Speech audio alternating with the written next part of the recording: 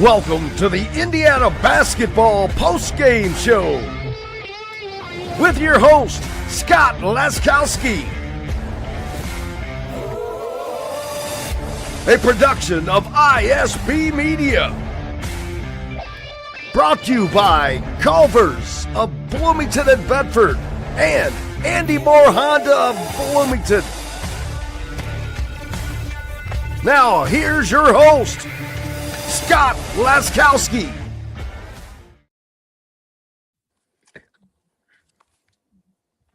All right, welcome in, fans, to the Indiana Sports Beat Radio postgame show. I am your host, Scott Laskowski. Welcome in, everybody. Dad, the Hoosiers again coming up short, this time at home against Michigan State, 77-64, a 13-point home loss. Does not do us any favors, as we talked about last game against Northwestern. Obviously, a brutal home loss there. Really needed to bounce back against Michigan State today. We certainly did not do that. What did you see out of the Hoosiers, or what did you not see out of the Hoosiers today, Dad, that needed to get us to victory? What was the reason for this loss? What are your thoughts on the game? Well, good question. Putting a game plan together is important when you play Big Ten teams, and you know what Michigan State's going to do. They're going to throw the ball up, usually from 2-point land, miss the shot, get the rebound, and go from there. They're a great offensive rebounding team, so you somehow try to stop that, and they get one offensive rebound in the first half. So there you go. That worked out fine. Now, what do they do secondly if that doesn't work? You got to have plan B, which Tom Izzo's a great coach. He understands that. So his plan B today was, let's try some 3-point shots, because Indiana was playing zone that first half. Well, they're not a great 3-point shooting team. So that's great strategy right there. And then what happens? Boom, they start making 3-point shots, 6 or 7 in the first half.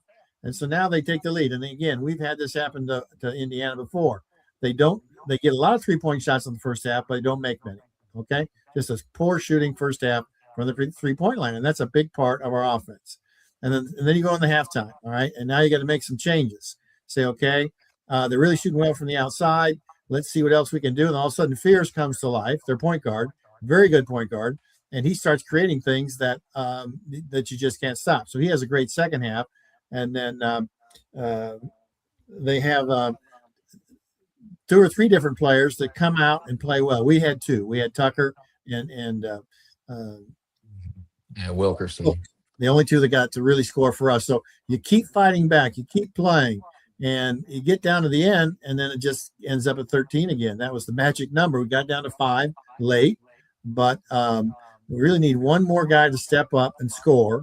You need 3 guys who can score. Michigan State did that, as you can see. So it's just that they're a very good team. They're very well coached. That's the kind of game we want to play eventually. When here's the style we're going to do, figure out how to try to stop us. And if you do that, we're going to go to plan B, and we're going to beat you on plan B.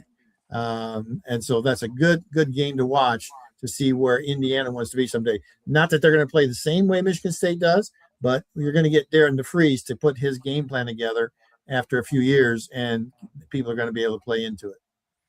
Yeah, after the Purdue game, we talked about the final 4 games remaining, Northwestern and Michigan State. Really thought we had a great chance to win all 4 of those. Obviously not off to a stellar start in terms of that, 0 for 2.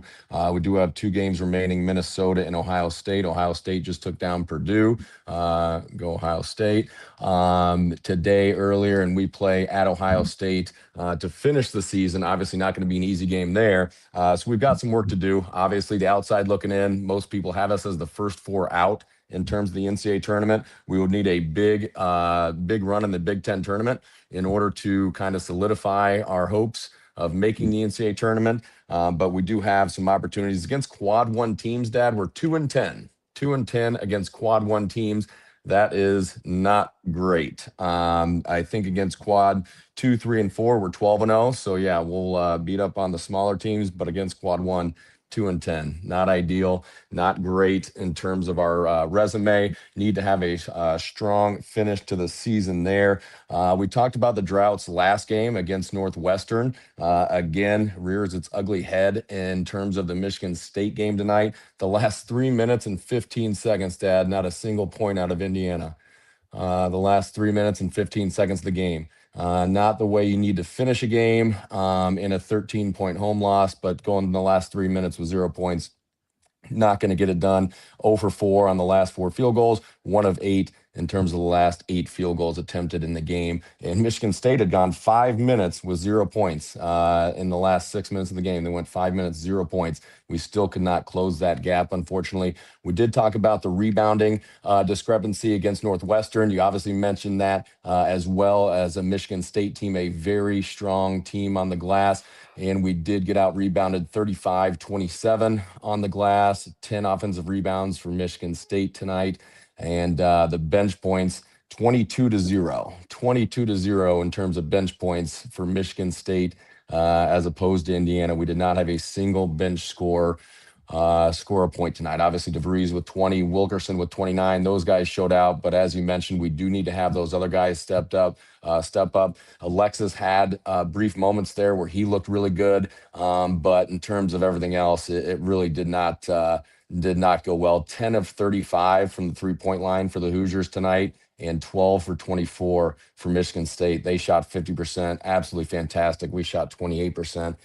Not good. And once again, 0 bench points. Josiah Miles played 18 minutes, 0 points.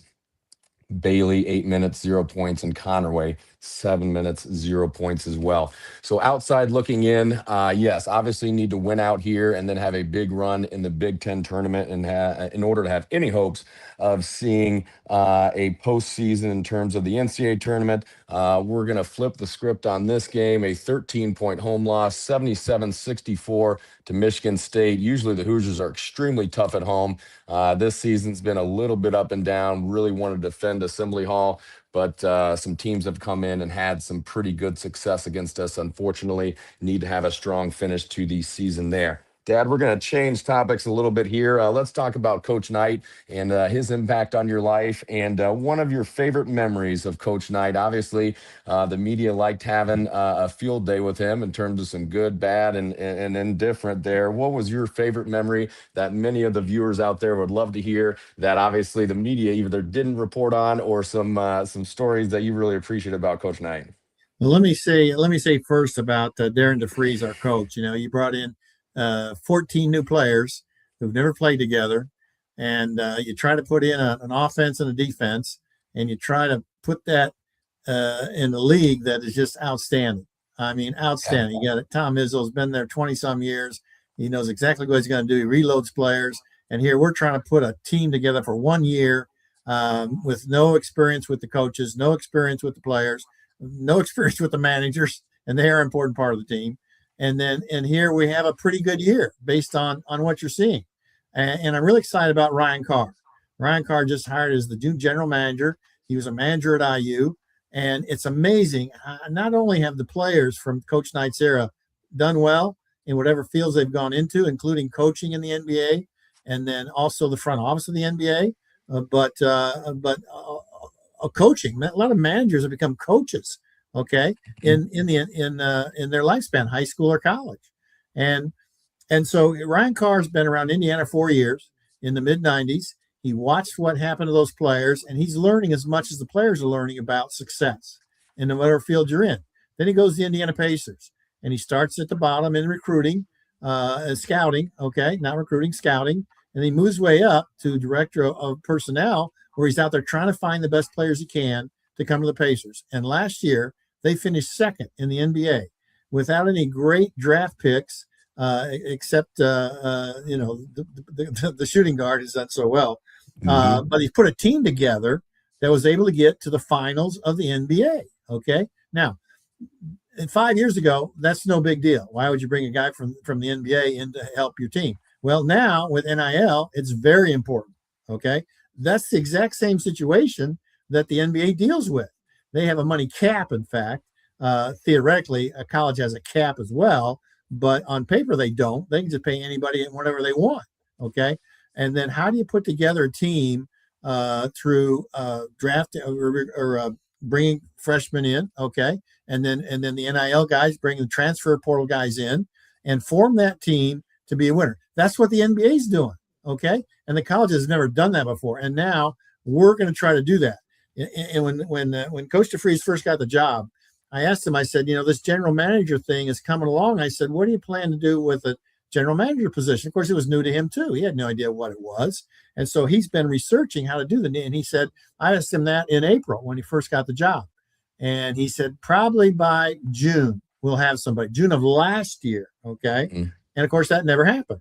And it's not something you talk about because you're in the middle of the season. You got things to do. And that's exactly what he did. But he was watching Ryan Carr. He had a few texts with Ryan Carr. They started talking. And, man, what a guy to bring in here. So now we're loaded for bear. We got 1 year under our belt, still to be finished, how well it's going to go. And now we have a general manager who's going to help orchestrate the behind-the-scenes stuff. And you got the coaches who have 1 year experience as Indiana coaches and Big Ten coaches, if you will, which is tough because it's a tough league, okay? And then here's the big thing, okay? You've got players now who have watched Indiana with a new coach and new coaches play for a year. And we've got 3 kids signed already to come on. And so you got portal kids now who've been watching Indiana. And they're saying, I don't like it where I am now. And I want to go somewhere where they play my style of game. And I think it's going to be Indiana. And so it's going to be much easier this year. In 1 short year, it's going to be much easier for the coaching staff and Coach DeFries to put together a team for next year this team's been average in the Big Ten, but that's still, you're better than half of them, but now you got to get better than the other half. So lots of good things going on in basketball. So don't take this loss, these losses at the end to say, oh, this isn't going to work, because we got a lot to look forward to. That being said, I want to talk about Coach Knight's second year at Indiana, and Coach DeFries, after this year ends in another month or however long it's going to be, is going to start his second year. All right. And so it was Coach Knight's second year, and it was a very interesting time because freshmen, my freshman year, were ineligible to play. It was the last year where we had a freshman team at IU, okay, or anywhere in the country for that matter. And so the second year that Coach Knight was there, he had a freshman class that had played 12 games and practiced against the varsity every day. And that was Greeno and Offel, Campster, myself, Doug Allen. And then he had a whole new group of recruits that came in. Quinn Buckner, Jim Cruz, Tom Abernathy, Scott May, Bobby Wilkerson. All right. You're talking about some good players, because in 3 more years, they're going to win the national championship. Okay. And Benson, my goodness. Class, okay. Yep. So now you got our class and you got that class coming in, and Knight's had a year coaching in the Big Ten. He keeps the same staff he had from the year before. So we kind of know what he's doing, and we kind of relay it to the new guys. Here's what we're looking for. And we only had 4 seniors on that team. Steve Downing, a great center, all Big Ten player that year, Big Ten player of the year, and John Ritter, a great forward. And those are the 2 seniors that played. And so Coach had to figure out, how am I going to get this whole group of new guys, 10 new guys coming in here, and I only need 3. I need 3 that can do something to get this thing going. Okay. So he's thinking in the offseason, how the heck am I going to pull this off? And so he's just the smartest coach there ever was, I'm telling you. So he goes, okay, I got a center and I got a forward. All right. So I need 1 forward. I need 2 guards. Okay. So he's got Quinn Buckner, great guard from Illinois, point guard, general, if you will, out there. And of course, he'd be a general for Indiana for 4 years at the point guard, and then go on the NBA and be a general as well. And Jim Cruz, a really good high school player, another smart kid, and they become the 2 starting point guards. Okay. And then Steve Green kind of fills right in as a starting forward with Ritter, both good offensive players. Ritter, a little better defensive player. Green didn't play much defense. Okay. Don't tell him I said he was not known for his defense. Okay. He had to score points. And then there's your 5 guys. And I go, wait a minute. What about me? Coach, I'm over here. Hey, over here, Coach. And I became the 6th man. Okay. And so what happened, we have an inter-squad game every year. And we go to Fort Wayne. Okay. The Fort Wayne Coliseum. Lots of IU fans in Fort Wayne. Yeah. And we've been battling each other for 6 weeks. Okay. And it's no fun fighting each other for positions. And so now we're going to go up to Fort Wayne and play inter-squad games. So you're playing against the same guys, but there's referees, there's timeouts. I mean, it's easier than practice. Okay. And so I'm running around there, and I'm not thinking much of anything. I'm just a new kid on the block like everybody else, And we get home, and Coach has a film of the of the game. And I say film because it was film, black and white, 8mm. It Yep. wasn't tape. It wasn't any of the stuff they use now. It was film. Okay. And Yeah. I get a call from our assistant coach to come in. This game would have been on a Monday. And on Wednesday, he says, come in the office. I need to talk to you. I go, okay. I come early for practice. And in this film room, there's Steve Green, two of us. Okay. And he's got this film from this inter-squad game. And he's reeling the film, play by play. And he goes, Green, what the heck is that? Can you play defense on anybody? I mean, that guy just went right by you. And he rips him for 20 minutes on how bad a player he is. Okay. Mm-hmm. And then he turns to me and he goes, Laskowski, is that the fastest you can run up and down the floor? Don't you know what hustle means? Why are you just jogging up and down the floor? And he rips me for 15 minutes. And I'm thinking, where the heck are the other guys? I mean, they're home sleeping, getting ready for practice. And we're taking this abuse from film, from a coach. And so I thought about that. And I thought, man, he's got something put together here, and he needs two more guys to step up. He needs Green to step up to be that starting forward, and he needs me to be whatever I can be. Mm-hmm. And so we play our first game, and sure enough, he's got those 5 guys out there, and about 7 or 8 minutes goes by, and he says, Laskowski, get in there. Now, I had the advantage I could play forward or guard, so I had 1 of 4 chances to go if somebody got in foul trouble, somebody wasn't playing good, or if he was just mad at somebody, they got yanked out, okay? Yep. Now I'm in the game, all right? And I've had the advantage of watching 7 or 8 minutes of the game to see who would I be guarding if I went in there, how are they playing, what's the tempo of the game, without having to play at the same time. It's harder to do that when you're in the game because you're so concentrating on what you need to do. So I'm just sitting there for 7, 8 minutes thinking, okay, if I was in the game, here's what I do. So that was my warm-up, okay? And so I go in the game. We're playing Harvard, okay? And, they're not very good. And I get 15 points in the game, okay? And so the game ends, and we watch the film, and they go, man, you played pretty good. I think we're going to keep doing that. And that's how I became the sub, okay? And every game for my career, 7 or 8 minutes go by, and I come in the game. In fact, I was so nervous. We have those red and white candy stripe pants. That was the first year Indiana had them. It was really good. And they have those little buttons, buckles on the side. They're not zippers. They're not buttons. You just, you fling them up, and they come off, And I always feared that he'd say, Laskowski, get in there. And I'd fling him, and they wouldn't open. And he'd say, hell, you're not ready to play. And he'd go to Abernathy. He'd go to the next guy. So what I did after warm-ups, I took my warm-up pants off, and I laid them on top of my legs, okay? So it looked like they were still on, but they weren't on, okay? Because I was afraid to lose the snaps, He'd say, Laskowski, get in there. And I just put him aside and I'd get up. I was always ready every single time, right? So how good did that team do? Okay, you got these 2 seniors. You got 2 freshman guards, okay? And you got a sophomore and a sophomore as a sub and the other starter, okay? That team wins the Big Ten championship. And Minnesota was dominant. They were a great team. We win the Big Ten tournament. We beat them 1 game during the year. They beat us 1 game. And we go to the tournament. And there's only I think at the time, 24 teams. It's not 68 teams, okay? It's 24 teams. You have to win your league to go to the tournament. And so we go to the tournament. We win the first round. We go to the second round. We win that. And we're in the Final Four. We're going to St. Louis to play in the Final Four of the tournament. And you got some guys who from the inter-squad game are going, what the hell are you yelling at me for? I'm not going to be much this year. Mm-hmm. And he turned that thing around in 1 year. UCLA beats us, and Bill Walton, and they go on to win the championship, okay? The next year, NC State with David Thompson wins the championship, breaks UCLA's 7 or 8 win streak in a row of winning national championships. And then in 1976, Indiana wins it all. So there you go. You take the first year of a coach coming in, and you watch what he's doing, and you see how he puts his game plan together and the kind of player he wants. And then that second year, it can happen, And I think we're spoiled by Coach Signetti. He did it in the first year and then went in the second year. But I'm very pleased with what I see from this team and can't wait to see what happens next year. I think the future is very bright. Once again, you mentioned Carr coming in and being the general manager of the team. I think we've got an extremely bright future. Yes, this year was kind of thrown together relatively quickly. At one point, it was just Coach DeVries. That was the entire Indiana basketball team. We didn't have players. We didn't have coaches. It was just him. And he had to build it all from scratch and get a year under his belt.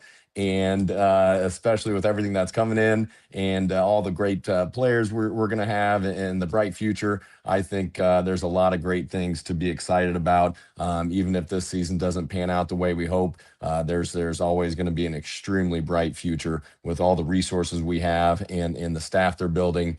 I think there's going to be a lot of special years ahead. And once again, we are the national champions in football. And so no matter what happens this basketball season, nobody can take that away from the Indiana Hoosiers. We are champions and always will be, baby. And so that's what we need to hang our hat on. But I think an extremely bright future.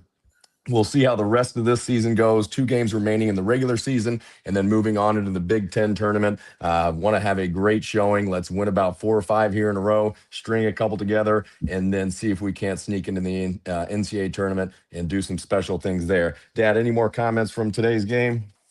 No, I noticed you don't have your 1976 championship picture signed by Tom Abernathy yet. Yeah, did you give him the coupons yet? No, we hadn't signed it yet. I'm not giving anything. Good. All right. And you got a new flag there over your right shoulder, an Indiana football flag too. So Yep. I There see we you right go, there. baby. I brought you up right, didn't I? Absolutely. Well, yes, unfortunately, Indiana falling tonight 77-64 at home to the Michigan State Spartans. But for all of us here at Indiana Sports Beat Radio, that is going to wrap up our postgame show. Dad, as always, thank you for joining me tonight. We'll see how the rest of this season goes. We'll see you next game as the Hoosiers host Minnesota. And special shout out to my lighting assistant, Bella. Love you, girl. You're the best in the business. Dad, much appreciated. Have a great night. And thanks for joining. Thanks, buddy. See you. Thank you. Thanks for listening to Indiana Sports Beat Radio. Be sure to subscribe to our YouTube page for more clips and team coverage of Indiana basketball, football, and more. You can also find full episodes and tons of other content on thehoosier.com. We'll see you next time for another edition of Indiana Sports Beat Radio.